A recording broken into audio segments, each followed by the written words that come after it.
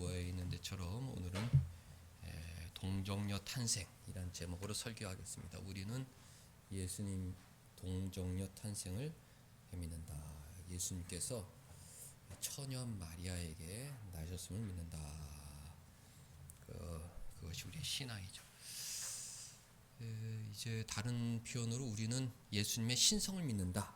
그렇게 표현해도 되지만 그 신성이란 말에 오해의 소지가 있거든요. 그래, 우리도 믿어.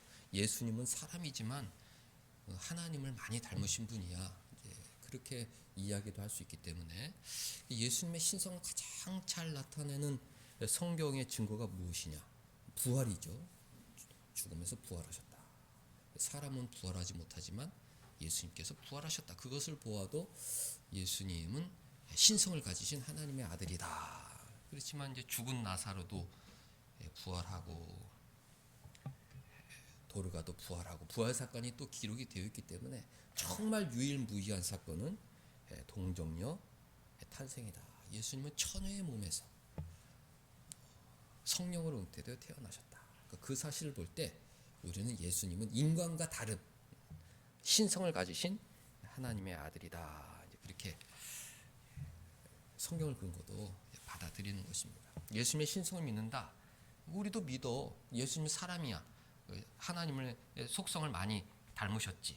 그렇게 오해의 소지가 있기 때문에 아예 원전 차단하려고 우리는 예수님의 동정녀 탄생을 믿어. 너 믿어? 예수님의 동정녀 탄생은 난 믿지 못하겠어. 예수님이 신성을 가지셨지만 처녀의 몸에서 태어난다는 것은 이 자연법상 불가능하잖아. 그러니까 그 사실을 나는 인정하지 못하겠어. 그러면 너와 나는 같은 신앙을 공유할 수 없어. 그렇게 교회 안에도 신앙의 모습이 다릅니다. 예수님의 신성을 부인했던 이단들은 많았죠. 마귀가 교회를 파괴하고 신앙을 파괴하려면 무엇을 해야 되느냐? 예수님은 사람이다. 예수님은 하나님의 아들이 아니다. 그냥 사람이다. 그렇게 거짓 선동하는 것이 최고의 방법이기 때문에 그렇습니다. 마귀가 성경에 그랬죠. 네가 하나님의 아들이어든 내가 보기에 너 하나님의 아들이 아닌 것 같은데 네가 만약 하나님의 아들이어든 이 돌을 가지고 떡으로 만들어 보아라. 이런 식으로 예수님 스스로 하나님의 아들이심을 부인하도록 그렇게 미혹한 것이죠. 유대인들을 설득을 해서 예수님은 하나님의 아들이 아니다. 신성모독자다. 인간에 불과하다. 그렇게 선동을 했어요. 초대교회에는 아리우스라는 이단의 대명사가 있었는데 이 사람이 예수님은 하나님의 아들이 아니다. 예수님의 신성을 부인해서 이단으로 쫓겨났죠. 그래서 이제 동쪽으로 쫓겨가면서 이슬람에게 영향을 미치고 이슬람도 예수님은 그냥 선지자라고 그러잖아요. 그 아리우스의 영향을 받아서 또 아리우스가 중국까지 와가지고 경교라는 그런 고대 기독교를 만들기도 했었죠. 최근에는 근대 철학의 아주 중요한 인물 슐라이어 마하라는 사람이 있는데 이 사람은 이제 우리 개신교 목사의 아들임에도 불구하고 예수님은 하나님의 아들이 아니다. 신성을 부인했습니다. 뭐 역사적으로 예수님이 하나님이 아니라고 그렇게 거짓 선동한 사람들은 수도 없이 많아요. 정말 많습니다. 그런 가운데 예수님의 신성, 예수님은 하나님의 아들이 틀림없다. 예수님은 사람이자 하나님의 아들이시다. 그것을 우리 신앙의 아버지들이 목숨을 걸고 지켜주었습니다.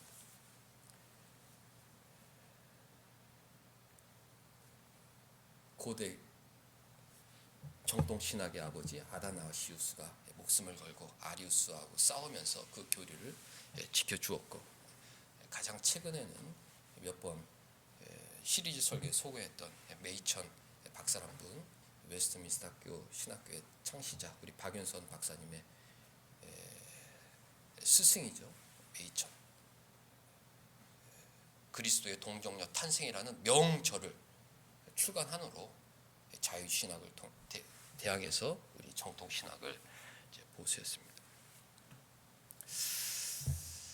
먼저 세상이 예수님의 신성을 부인하고 동정녀 탄생을 부인했던 그 배경을 잠깐 소개하면 어떤 우리 이제 다 컸으니까 좀 유익할 것 같아서 소개하는데요. 그 칸트라는 철학자가 아주 영향을 끼쳤죠. 존 칼빈 목사님께서 하나님은 두 가지 방법으로 자신을 알려주는데, 첫째는 특별 계시인 성경을 통해서 알려주고, 두 번째는 일반 계시인 자연과 우리 이성을 통해서 알려주신다 그랬습니다. 그런데 세상의 박사와 철학자들은 이 자연과 이성을 통해서 하나님을 알아가야 되니까 이 교과서가 없으니까 한계가 있다. 아무리 뛰어난 철학자라도 어렴풋이 창조주가 있는 건 알겠지만 예수님의 대속 형벌에 대한 하나님의 뜻은 알지 못했다. 두더지와도 같다. 세상에선 천재지만 예수님에 대한 지식은 두더지와도 같다. 땅속에서 햇빛을 보면 피하는, 아무것도 알지 못하고 암흑 속을 행하는 두더지와도 같다. 그렇게 놀랍게 평가를 했습니다. 근데 칸트라는 철학자가 바로 그 두더지와 같은 사람이었죠. 방대한 순수 이성 비판, 실천 이런 비판 쳤지만은 결론은 이런 겁니다. 하나님은 우리가 알 수 없는 존재다. 불가지론이라는 그런 결론에 도달했어요. 이미 다 칼빈 목사님 말한 대로 아무리 세상의 위대한 천재들이 이 우주와 이성을 가지고 하나님을 연구한들 예수님에 대해서는 두더지와도 같다.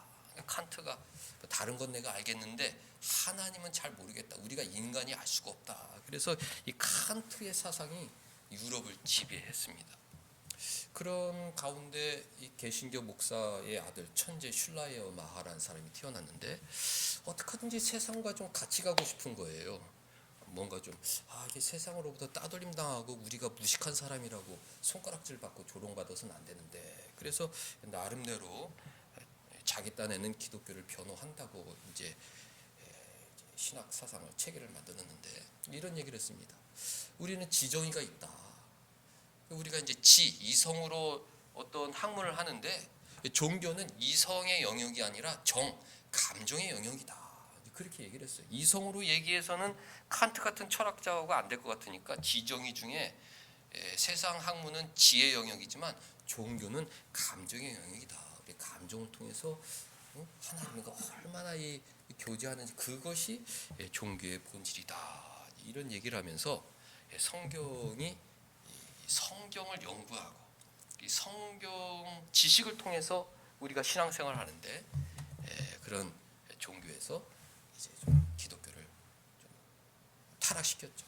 예수님은 누구냐? 예수님은 그 감정적으로 하나님과 제일 많이 소통한 사람이다. 우리가 하나님과의 그 소통을 목표로 하고 있지만 우리가 그게 안 될 때가 너무 많다. 내가 바쁘고 내가 세상 쾌락에 쫓겨다니고 그러면은 하나님하고 소통이 있어? 그냥 내 마음대로 살아가는데 예수님은 살면서 늘 하나님하고 소통했던 사람이다. 그러니까 우리가 그 예수님의 그 소통의 그 시간과 정도를 본받아야 된다. 이런 식으로 예수님을 소개했어요. 그러니까 예수님은 사람이라는 거죠. 예수님은 사람인데 종교는 감정의 부분인데 제일 감정적으로 이렇게 교제했던 사람이다. 그래서 아주 유럽의 선풍적인 인기를 끌었습니다. 맞다. 이제 종교도 어떤 학문의 그런 반열에 들어갈 수가 있다. 이제 그런 인기를 끌었죠. 그의 후계자들이 많습니다. 슈바이처라는 그 의사도 이제 루터교 3대 걸친 루터교 목사의 아들인데, 목사의 아들들이 문제예요. 신앙생활을 잘해야 되는데, 근데 그 사람이 역시 예수님은 사람에 불과하다. 그래가지고 프랑스 사람이었는데 프랑스 선교회는 프랑스 선교에서 당신은 목사가 돼서는 안 됩니다. 예수님이 사람이라고 그렇게 논문을 쓴 사람을 우리가 어떻게 목사를 시키겠습니까? 그럼 나는 선교사로 가겠습니다. 의사 공부해서 의사 자격증을 땄어요. 의사로 갈 때 선교부에서 당신 조건이 있는데 당신은 우리가 목사로 파송하는 게 아닙니다. 목사로 파송할 수가 없어요. 예수님을 사람이라고 지금 논문 쓴 사람을 어떻게 설교 강단에 세우겠습니까? 당신은 의사로 가는 겁니다. 당신이 의사로 가서 아프리카에 가서 설교 안 하겠다고 하면 우리가 당신을 그 의료 선교인으로 인정하겠습니다. 슈바이처가 사인하죠. 거기다 사인. 나는 목사가 아닙니다. 나는 설교하지 않겠습니다. 그래서 이제 가는 거예요. 근데 이제 세상 사람들은 그 슈바이처 박사를 아프리카의 성자라 막 떠받들죠. 그럼 아프리카에 교회가 있습니까? 지금 거기에 뭐가 있어요? 오히려 떠받들려면은 언더우드 목사님 같은 분을 떠받들어야죠. 나는 가서 복음만 전하겠다. 예수님의 신성을 정하겠다. 와서 복음 전하고 학교 세우고 병원 세우고. 그래가지고 우리 대한민국은 미국 다음에 그런 교회가 큰 세력이 되지 않았습니까? 연세대학교, 세브란스 장로님, 미국에 있는 세브란스 장로님이 헌금 보냈잖아요. 병원 세워주세요. 그래 언더우드 목사님 그 돈 받아가지고 병원 이름을 세브란스 장로님 병원. 그 후손들이 다 부자인데 3대에 걸쳐 계속 돈을 보내줘가지고 병원을 키우고 그래가지고 이렇게 된 건 아닙니까? 아프리카의 성자가 아니라 대한민국의 성자가 바로 언더우드 목사님이죠. 복음 전하고 슈바이처 가서 전했지만 지금 거기 교회의 흔적이 없습니다. 선교사 파송 나갈 때 예수님을 하나님의 아들로 믿지 않는 사람을 그렇게 신학 박사 논문 쓴 사람을 우리가 어떻게 설교 단상에 세우겠습니까? 세우지는 않았죠. 한국에는 김재준 교수라는 분이 미국에 가가지고 자유신학을 공부해서 돌아와서 썼어요. 이 처녀라는 말은 이게 처녀가 아니다. 이런 논문을 썼어요. 이게 이제 히브리어하고 헬라어 이걸 비교하면 우리말도 처녀와 수처녀가 있지 않습니까? 그 여자 처녀야? 수처녀 맞아? 정말 남자와 그런 관계를 하지 않은 사람. 수처녀 맞아? 처녀라는 말은 그저 젊은 여자를 지칭할 수 있기 때문에 야, 그 여자 처녀야. 정말 수처녀 맞아? 이렇게 확인하지 않습니까? 헬라어고 히브리어에도 처녀, 수처녀를 구별하는 말이 있어요. 근데 여기 보면 여기 지금 누가복음 1장 27절에도 봐도 약혼한 처녀다. 그 처녀의 이름이 마리아다. 이 처녀라는 것은 수처녀를 의미하는 것이 아니라 그저 일반적인 어떤 젊은 여성을 지칭하는 거다. 정혼했으니까 약혼했으니까 얼마든지 둘이 그런 사랑의 관계를 나눴을 가능성이 있다. 뭐 이런 식의 그런 서양 이론을 도입을 했어요. 도입을 해서 서양에는 이런 처녀가 꼭 이게 수처녀가 아니라 그냥 정혼한 젊은 여자를 일컬을 수 있는 그런 단어가 할 수 있다. 예수님의 동정녀 탄생을 어떻게 좀 이렇게 부인하려는 그런 이제 방향이죠. 그래가지고 박형용 박사님이 당신 그런 식으로 학문의 방향성을 잡으면 우리 그 장로교에서 활동할 수가 없습니다. 징계를 줘가지고 결국 나갔어요. 그래서 이제 그 세운 학교가 조선신학교죠. 조선신학교. 우리는 고려신학교, 거기는 조선신학교. 그러다가 이제 한국신학교로 바뀌어서 거기는 아직도 성경의 무호를 믿지 않고 하나님의 절대 주권도 퀘스천 마크고 예수님의 동정녀 탄생도 아예 뭐 가르치지 않습니다. 애초에 설립 기반이 그 처녀 문제로 세워진 학교이기 때문에 그렇죠. 근데 우리는 이렇게 쭉 돌면서 정말 바울, 어거스틴, 아다나시우스, 칼빈, 그리고 메이천, 박윤선 우리까지 선배들이 목숨을 걸고 전해준 신앙을 굳건히 지키고 있는 것입니다. 그 아다나시우라는 사람이 그 아리우스라는 세력이 엄청 커졌어요. 왜냐하면 로마 황제가 기독교 안에 어떤 갈라치기를 통해서 그 자신의 세력을 키우기 위해서 이제 소수였던 아리우스를 지원했거든요. 그래서 아리우스가 세력이 커져가지고 기독교 안에서 이렇게 예수님의 신성을 인정하고 부인하는 세력이 싸우느라고 그 로마 황제의 어떤 그 폭정에 대항할 수가 없었습니다. 아다나시우라는 사람은 15년 동안 유배, 사막 이런데 귀양 가서 거기서도 싸우고 이제 그랬죠. 슐라이어마 같은 사람은 세상에 편승해서 어떻게 세상하고 짝해가지고 우리가 이렇게 기독교를 좀 보존할 수 있을까? 이런 태도를 취했는데 그 유럽의 기독교가 남아있질 않잖아요. 무언가 세상과 짝하고 양보하는 순간 교회는 망해버리는 것입니다.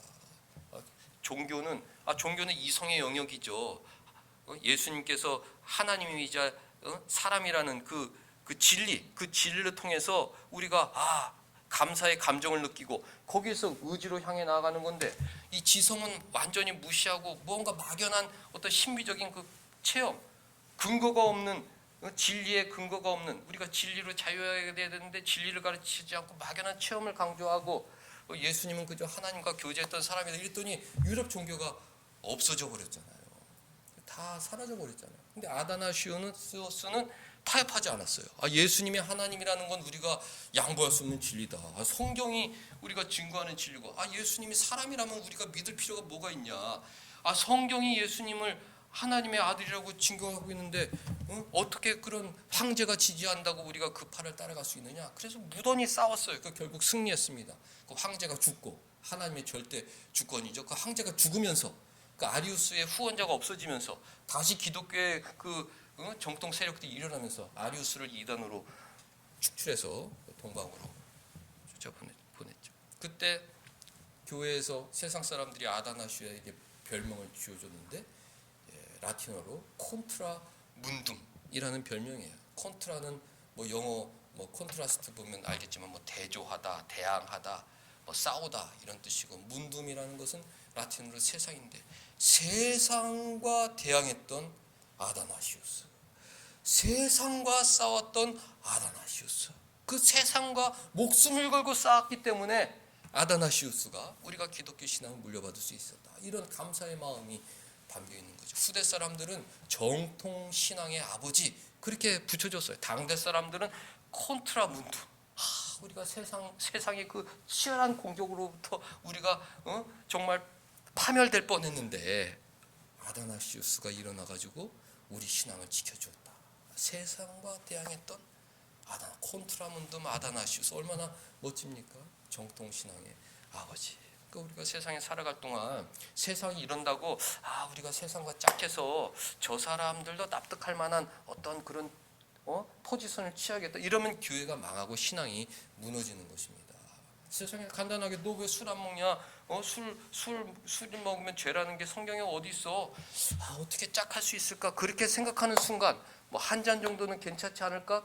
술자리에 앉아만 있는 건 괜찮아. 그렇게 하는 순간 모든 내 신앙은 무너져 버리는 것입니다. 언더우드 목사님이 들어올 때 우리 조선의 그 패망의 그 원인이 술, 담배, 그리고 노름이었기 때문에, 나중에 축첩이었기 때문에, 이걸 교회법으로 금했기 때문에 나는 그것을 존중하고 우리 믿음의 아버지들의 신앙 태도를 존중해서 난 술, 담배, 마약, 노름은 난 근처에도 가지 않는다.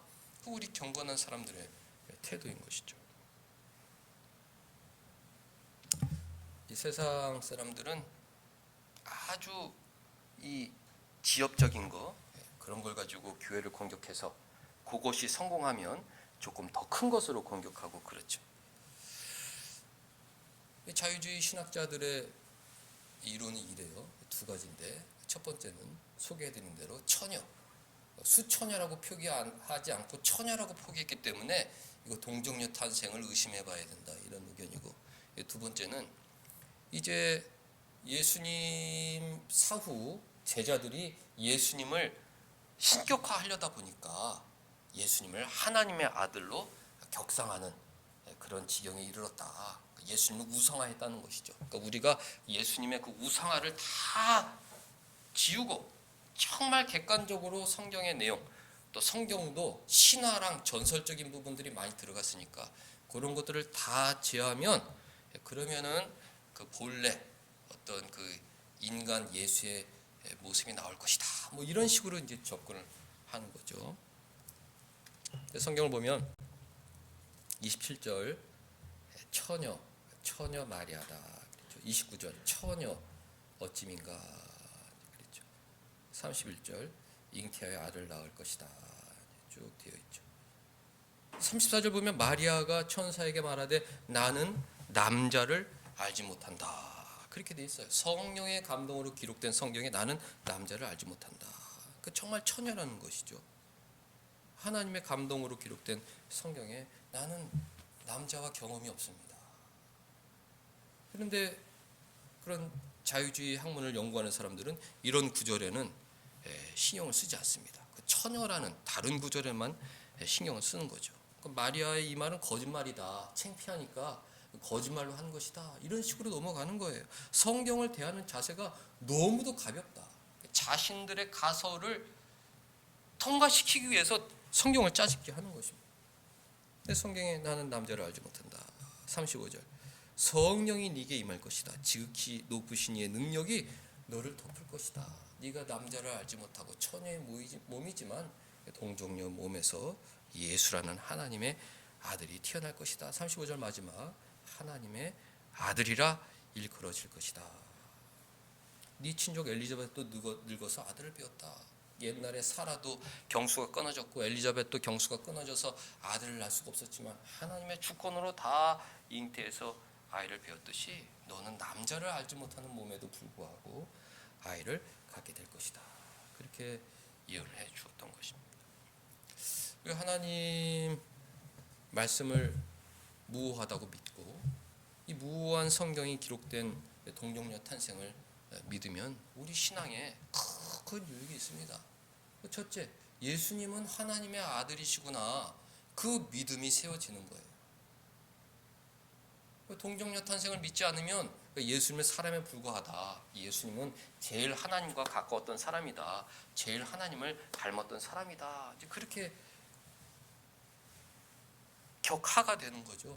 그래서 윤리책에 세상의 4대 성인 소크라테스 뭡니까? 석가모니, 공자, 그 다음에 예수. 그렇게 나열하는 거예요. 예수는 사람이다. 그저 다른 사람들과 똑같이 어떤 그런 거룩한 사람이다. 그렇게 변질됩니다. 아니 다른 종교 사람들이 공자를 생명처럼 막 따라다니는 사람 있나요? 석가모니를 막 생명처럼 따라다니고 자신의 모든 것을 막 하는 지금 이 세상에 소크라테스가 이야기한 걸 따라가는 사람 있나요? 예수님이 하나님의 아들이기 때문에 우리가 그분을 전적으로 믿고 의지하고 따라가는 것입니다. 예수님이 하나님의 아들이 아니라고 이 자기도 모르게 생각하는 순간 그 독일 교회, 유럽 교회 다 없어졌어요. 예수님이 아니 누가 지금 다 자기를 믿는 시대인데 누가 선생님을 따라다닙니까? 아버님을 따라다닙니까? 누굴 따라다닙니까? 권위가 완전히 무너진 시대에 누가 요즘 세상에 사람을 따라다니고 사람 말에 귀를 기울이겠어요? 우리가 예수님 말에 귀를 기울이는 이유는 예수님이 하나님이시기 때문에 우리가 예수님을 따라다니는 것 아닙니까?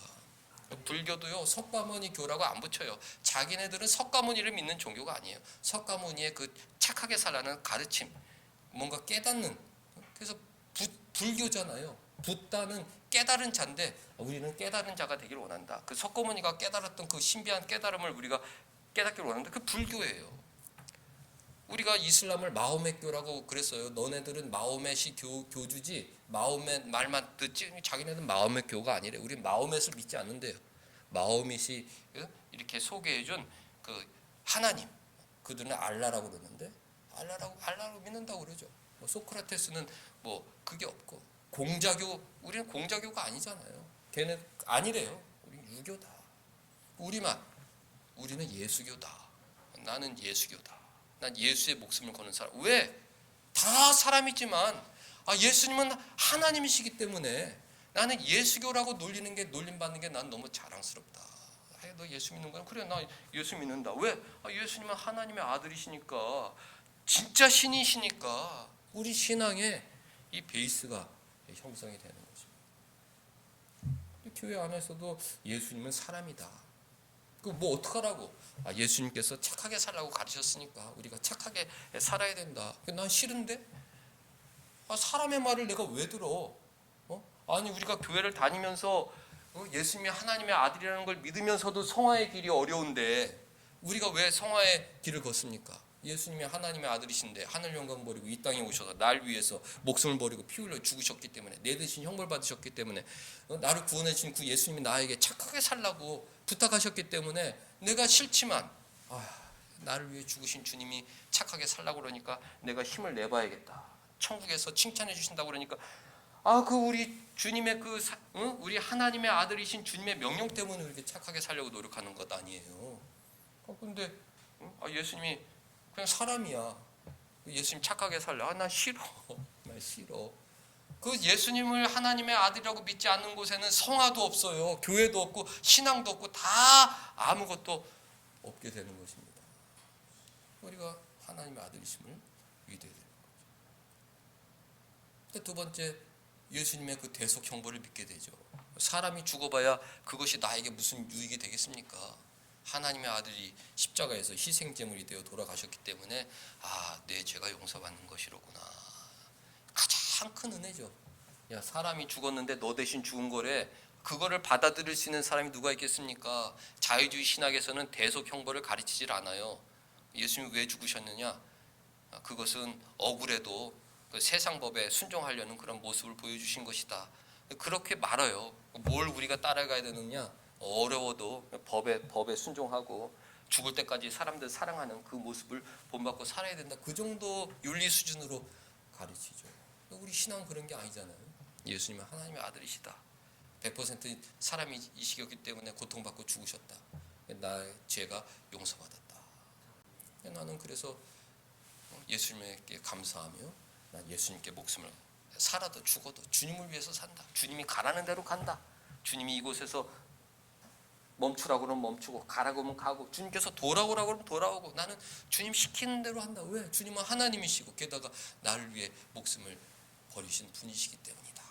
그 진리 안에 교제가 일어나는 것입니다. 예수님의 대속 형벌, 그 십자가를 근거로 우리가 하나님과 교제가 이루어지는 것이지 그런 어떤 이성적인 지식, 교리를 통해서 교제가 이루어지는 거지 막연하게 신비한 교제는 다 이단 추구하는 신앙의 모습이죠. 마지막으로 주님의 보호하심, 주님의 약속을 확신할 수 있게 됩니다. 37절 대저 하나님의 모든 말씀은 능하시지 못하심이 없느니라. 너무 좋은 말씀 아니에요? 하나님의 이 모든 약속은 1.1획도 변치 않고 다 이루어질 것이다. 네가 동정녀지만 네가 수처녀지만 성령으로 잉태해서 아이를 낳으리라는 하나님의 말씀은 반드시 이루어질 것이다. 왜? 하나님의 능력, 하나님의 권세는 무궁하기 때문에 능치 못함이 없으시기 때문에 반드시 이루어질 것이다. 그때 이 마리아의 사람이지만 마리아의 유명한 신앙 고백이 아닙니까? 마리아가 이르되 주의 여종이오니 말씀대로 내게 이루어지이다. 주님 말씀대로 제게 이루어지길 소원합니다. 30절 네가 하나님께 은혜를 입었느니라 그러죠. 하나님. 28절 은혜를 받은 자여. 예수님이 하나님의 아들이라고 확신하지 못하면 이런 얘기들이 다 귓등으로 흘러가는 거예요. 내가 무슨 뭐 하나님께 내가 왜 은혜를 받아? 받을 이유가 없지. 예수님이 나를 위해서 돌아가셨다. 아, 하나님은 나에게 은혜 주기를 원하시는구나. 하나님은 나에게 정말 복 주시기를 원하는구나. 하나님은 만세전부터 나를 향한 계획을 갖고 계시는구나. 동정녀 탄생의 그 전무후무한 기적을 일으키셨던 하나님과 주님께서 내 인생을 이끌고 계시는구나. 주님은 능치 못할 일이 없으십니다. 주님은 나를 향한 계획이 무궁무진한데 셀 수 없이 많으신데 그것은 반드시 이루어질 줄 믿습니다. 하나님의 절대 주권을 의지하게 되는 것입니다. 사랑하는 성도 여러분들, 예수님을 믿는다는 것을 연초에 자랑스럽게 여겨야겠다. 우리는 사람을 믿는 게 아니다. 사람을 믿는 게 아니다. 하나님의 아들이심을 믿는다. 대한 예수교, 나는 예수 교인이 자랑스럽다. 세상 사람들은 야 그런 말이 어딨냐? 야 부활이 어디 있고 천국이 어디 있고 야 처녀 모임에서 태어난다는 거 그거 옛날에 뭐 박격거세가 알에서 태어난다는 거 다 그 신화 같은 거 그 제자들이 여기다 다 첨가한 거 아니냐? 그냥 예수님처럼 착하게 살면 다는 게 아니냐? 착하게 살 수 있는 사람이 누가 있어요? 없습니다. 착하게 예수님을 내 마음에 모신 사람들 그런 사람들만 역경 속에서도 선한 일에 열심하는 하나님의 자녀가 될 수 있는 것입니다.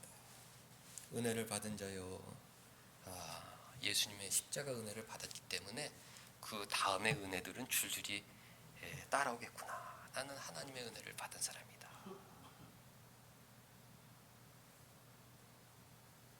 하나님의 말씀, 하나님의 약속, 나를 향한 사랑은 능치 못할 것이 없다. 반드시 이루어진다. 혼탁한 세상 속에 우리의 신앙이 조롱받더라도 주님의 사랑, 주님의 약속을 확신하고 힘차게 나아가는 우리가 모두가 될 수 있기를 주님의 이름으로 축복합니다.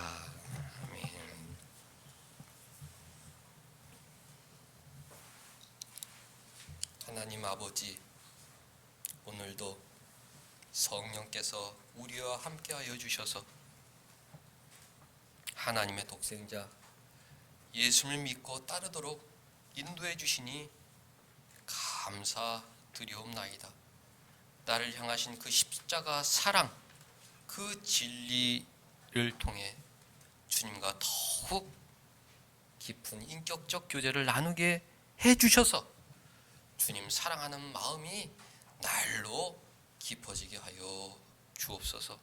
하나님의 말씀과 약속은 반드시 이루어지는 법인데 만세전에 나를 향해 계획하신 그 놀라운 계획이 있음을 믿고 소망과 기쁨으로 세상으로 나아가는 우리 모두가 되게 하여 주옵소서. 예수님의 이름으로 기도하옵나이다. 아멘.